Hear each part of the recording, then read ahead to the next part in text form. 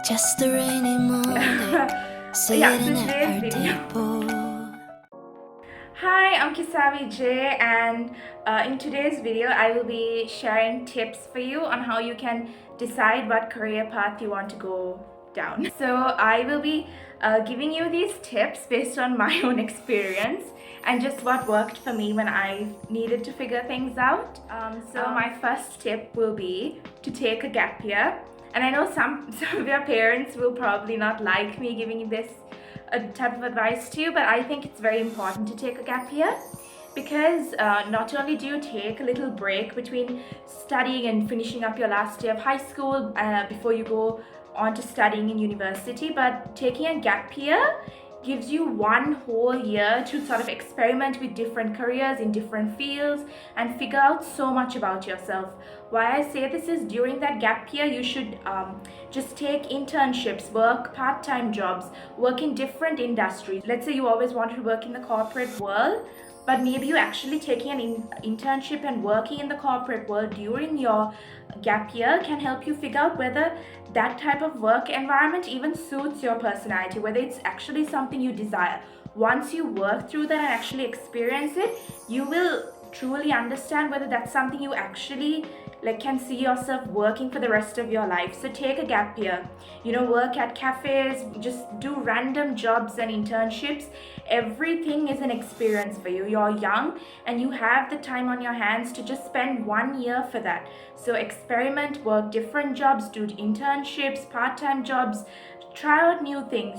Don't just limit yourself to only studying and following through with one career path. Just experiment and try and see what you can figure out for yourself. I would also suggest during your gap year learning new skills, something you find fun. You're very young and you have the time and resources. So if you want to try a new hobby like cooking or knitting or learn a new language, I would also suggest you do that, because not only does it help develop your personality and your character as well, but it's also something you can add to your resume, and it's like an overall better image for your resume and CV as well when you go for companies to say that you worked at certain places, you know how to do certain things, you have a whole list of hobbies rather than just listing down all your academic qualifications. Saying you did certain things sort of fleshes out your character more for people who are willing to hire you. And even when you go for uni and when you apply for uni after your gap year, when you have so much experience of what you learned by working and learning and trying out different classes and courses, when you list out that for uni, they find it more interesting as well. Like for me, if I were to apply to university now, I could say, I published my own book, I went for sewing classes, I know how to make dresses and not just design them but actually make the garment itself, and I have a lot more to state down after having taken a gap year and worked in different places, interned in different places. My next tip is on how you can decide what career path. Now, this is for some people who have too many passions for them to decide, or people who don't have any passions at all. What I would suggest is sort of creating a diagram of things you like, what you're passionate about. Like for me, it would be fashion and writing, and then things you're good at, and then trying to find where stuff that has both of those. Now let's say for example you only I'll take me for example. I was very passionate about psychology, but then would I be good at it? Would I actually be a good counselor, a good therapist? Probably not. So then I cut psychology off and I didn't consider it as a career option for me. So that's something you can do. Don't just pick out things you like or pick out things you're good at. Try and find something that has both, that you like and that you're good at. And for me, something that aligned with both of those was fashion and writing. So that's what I'm doing. After you figure out what you're good at and what you like, and once you're done with the step 2 that I listed, you can go on to thinking about the kind of life you want to live. Now, I'll take my sister for example. She likes to live in a quiet little house by the beach, interacting with animals just on her own, very independent. Like for her, she wants a career that can allow her to live a life like that. Now, there may be some people who want to constantly be traveling, to not live in one place, to always be moving. for them working in the tourism industry would be best, or some people might want to have a job that allows them to be flexible so they can manage their family and be at home as well. So what I'm saying is, if you like, obviously choose something you like and you're good at, but also think about the kind of life you see yourself living and the kind of life you want to make for yourself. Does this job allow you to live that type of life?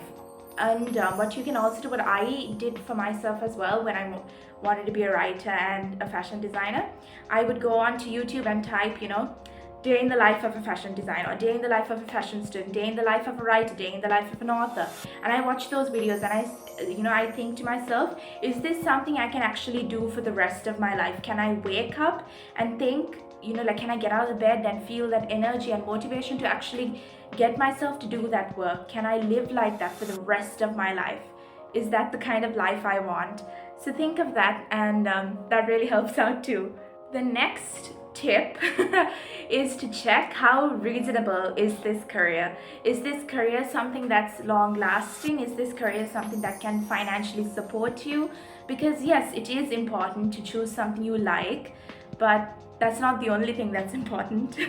I'm not saying money is the only thing that's important, because that's also not that important. What I'm saying is you need to figure out where both are there. You get what I'm saying?